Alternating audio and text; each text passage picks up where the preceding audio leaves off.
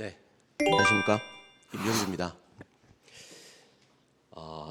과목을 너무 자세하게 설명하지는 않겠습니다. 설명하지 않고 여러분들이 여기 이제 오신 이유가 내년에 합격을 이제 하기 위해서 오신 거라 뭐 이렇게 1차 먼저 합격하고 2차 그 뭐 다음 연도 합격하고 뭐 이렇게 하면 인생이 너무 낭비지 않을까요? 그러니까 동차로 합격을 하셔야 되는데 그와 관련해서 이제 제안을 드릴 겁니다. 제안. 근데 이 제안이 어떻게 보면 각오를 좀 다지시라는 말이 될 수도 있어요.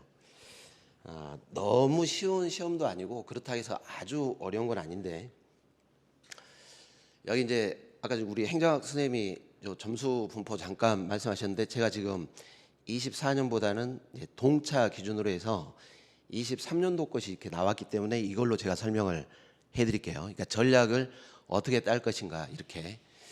여기 이제 1차를 보시면은 사실 이게 뭐 꽈락률이 중요하진 않고 요 평균 점수를 잘 보셔야 돼요. 근데 이 평균 점수가 과목별로 이제 해마다 좀씩 달라지긴 하는데 되게 비슷해요. 거기서 왔다 갔다 해요. 왔다 갔다.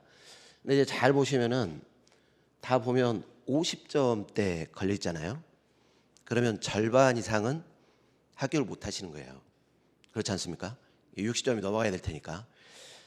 그리고 이제 공부를 했는데 이렇게 점수가 쉽게 안 나와요. 1차 같은 경우에 잘 나올 것 같은데 막상 나오지는 않아요. 여기를 먼저 통과를 하셔야죠. 여기를. 그리고 이제 이 세 과목 중에서 사실 다 중요합니다. 다 중요한데 동차를 준비를 해야겠다. 내가 목표가 동차다. 그러면 이 과목을 잘 하셔야 돼요. 제가 맡아서 그런 말은 아니고 이 과목이 2차에서 아주 중요해요. 여러분들이 1차도 중요하지만 2차 과목하고 연결되기 때문에 이 부분을 신경을 좀 써주셔야 돼요.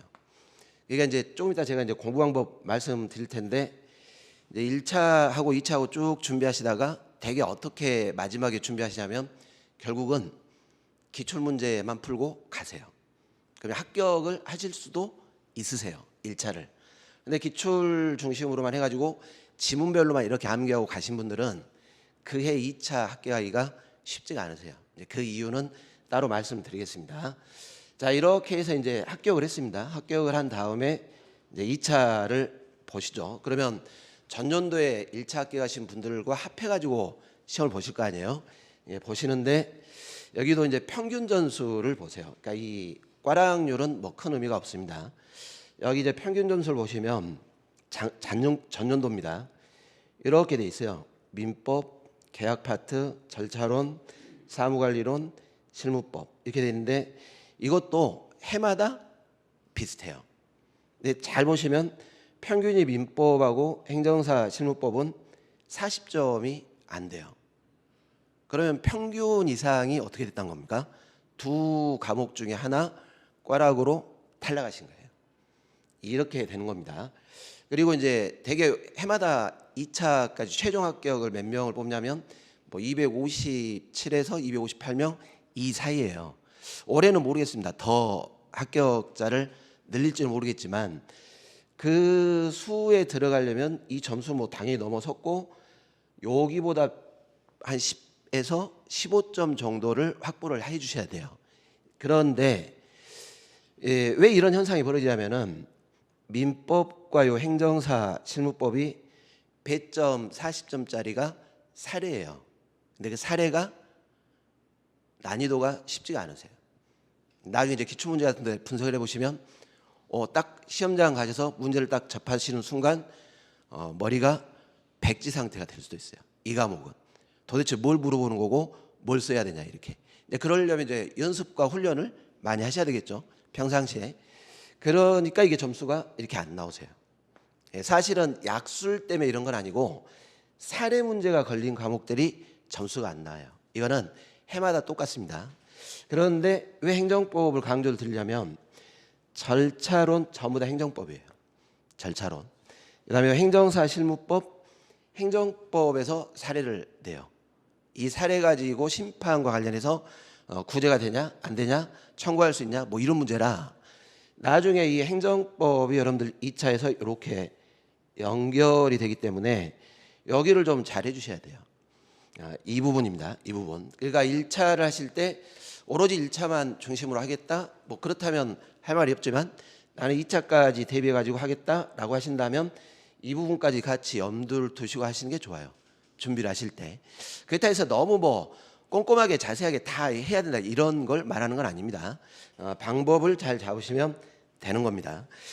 이거는 유념을 해주셔야 돼요. 그리고 항상 여러분들이 어떤 생각을 하셔야 되냐면 최종 합격을 하시려면 몇 프로 안에 들어가셔야 돼요. 아까 최종 합격률이 줄어들고 있잖아요. 예, 작년 같으면은 13.4%인데 제가 볼 때 올해는 한 11%대 사이에 걸릴 것 같아요. 이 숫자 257명 숫자로 본다면 그러면 적당히 해야 될 시험은 아니죠. 그렇다 해서 뭐 너무 겁먹을 필요는 없습니다. 자, 이걸 염두에 두시고 행정법 공부 방법은 제가 이제 진도 나가면서 할 것이고 여기서 해봐야 뭐 그렇게 큰 도움은 안 되는 것 같습니다. 그래서 진도 나가면서 할 건데 여러분들이 1차도 그렇고 2차도 그렇고 필기 합격 전략을 짜실 때 다 지금 오신 분들이 주어진 조건들이 다 다르실 거예요. 뭐 직장생활 겸하신 분도 계시고 그렇지 않은 분도 계시고 자영업하신 분도 계시고 많겠죠. 조건들이 다 다를 텐데 개인별로 전략을 짜는 거 맞지만 계획을 짜실 때 요 학원 커리큘럼에 맞추시는 게 이제까지 통계적으로 보면 가장 효율적이세요. 합격을 하실 때 독학으로 합격하신 분들도 물론 계시는데 그렇게 많지는 않으세요. 제일 합격률이 높은 건 이걸 충분하게 잘 따라가신 분들이 보면 거의 합격하세요. 주변에서. 나중에 저 합격자 모임이나 이런 거 보더라도 힘들더라도 이거 따라가신 분들이 거의 합격을 하세요. 그다음에 아까 우리 행정 선생님은 고르게 점수하지 않는 전략 과목. 근데 이제 제가 말한 전략 과목은 그게 아니고 이 2차까지 염두를 하나 두시면서 공부를 하실 필요가 있으세요. 그래서 제가 아까 말씀한 게 드린 게 행정법이에요. 행정법에 올인하라 그런 말이 아닙니다. 올인하시는 게 아니라 이후에 2차에서 행정법을 잘 하신 분들은 수월하게 두 과목을 풀어가실 수가 있어요. 그런데 그게 안 돼버리면 2차가 갈수록 힘들어지세요. 네, 단순 암기인가? 막 이렇게 가게 될 것이고 이런 겁니다. 그리고 만점 전략을 잡으려고 하시면 안 돼요. 우리는 적당한 수준으로 딱 합격할 분량만큼 공부를 하시되 남들보다 조금 점수를 더 맞아서 합격하시는 거예요. 그 전략을 짜셔야 됩니다. 즉 무슨 말이냐면 너무 깊게 들어가실 필요가 없어요. 근데 어느 부분을 조절을 하고 강약 조절을 하려면 이게 혼자서는 안 되시겠죠. 당연히. 그리고 이제 평상시 공부하실 때 제가 항상 강조드리지만 이게 제일 중요해요. 자신감. 이거 없으시면은 힘드실 거예요. 이게 나중에 어떤 현상이 벌어지냐면 내가 도대체 이걸 왜 시작했지? 막 이런 생각을 하게 되세요. 그게 언제쯤이냐면 1차 같은 경우에는 한 3월이나 4월쯤에 그런 현상이 벌어지고 2차 같은 경우에는 이맘때 그래요. 이맘때 내가 이걸 왜 했을까? 나는 도대체 1차로 왜 합격했을까? 막 이렇게 가세요. 이거를 가지세요. 이거. 근데 이 자신감이 그래 나는 된다. 막 이런 뭐 이것도 중요하지만 믿으셔야 돼요. 신뢰를 갖고 이렇게 따라가면 충분히 합격할 수 있겠지. 이렇게. 자, 이렇게 말씀드리는데 사실 이 학원 커리큘럼 따라가면서 내가 복습하고 충분하게 준비한다. 이게 쉽지는 않습니다. 여러 가지 이제 계획들이 다 있을 테니까 여기를 염두를 두시기 바랍니다. 자, 또 하나는 동차를 준비하실 때는 1차 준비 기간 중에 2차 과목 수업을 절대 빠뜨리시면 안 돼요. 그러니까 2차 과목 중심으로 공부하시는 건 아니지만 수업 위주로 계속 반복해서 지식은 쌓아두셔야 돼요. 그래야 이제 나중에 본격적으로 2차 들어가실 때 어떻게 합니까? 접근할 때 편하게 접근하실 수 있어요. 그리고 뭐 당연히 1차 끝나면 2차를 준비해야 되겠죠. 그러면 요 1차 준비할 때 뭐를 조금 해두셔야 되냐면 약술형을 대비해 가지고 기출됐던 문제들 다 설명을 해드릴 텐데 이거를 좀 암기를 하려고 노력을 하셔야 돼요. 그걸 시간을 줄이실 수 있어요. 2차에서. 근데 이게 암기라는 것이 되게 암기를 해보세요. 그러면 다 어떻게 하냐면 이렇게 보시고 이제 이게 쓰세요. 이렇게. 그렇잖아요. 그렇게 하시라는 게 아니라 다독을 하시라는 거예요. 다독. 읽고 또 읽고 읽고 또 읽고 지겨울 정도로 읽으시면서 머릿속으로 생각날 수 있게끔 이렇게 하시라는 겁니다. 막 쓰려고 하지 마시고 이거를 1차 준비할 때 좀 해두셔야 돼요. 그리고 이제 2차 들어가시면 사실 2차에서는 여러분들이 제일 애로사항이 뭐냐면 이게 논술입니까? 사례하고 그다음에 답안 쓰시는 게 굉장히 힘드세요. 그거 하기도 시간이 충분하지 않으세요. 이게 미리 좀 준비가 되셔야 됩니다.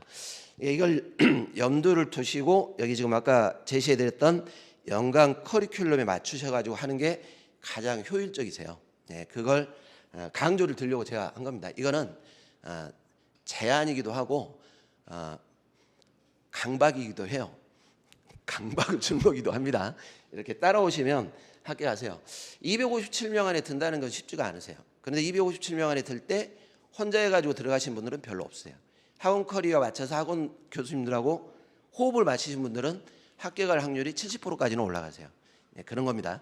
1차는 사실 작년에 저희 학원에서 수업하신 분들은 거의 제가 알기로 100% 합격했어요. 1차는. 근데 2차는 지금 뚜껑을 열어봐야 되겠지만 굉장히 어려워하시긴 해요. 근데 제가 볼 때 어려워하시지만 막상 시험 보시면 그분들이 합격하실 거예요. 그분들이. 그건 제가 통계적으로 보면 맞는 것 같습니다. 자, 마지막에도 강조드리지만 이렇게 가시면 대부분 합격하신다는 걸 믿으시면 돼요. 수업 때 더 자세하게 말씀드리고 설명일 때는 이 정도로만 제가 마치도록 하겠습니다. 네, 감사합니다.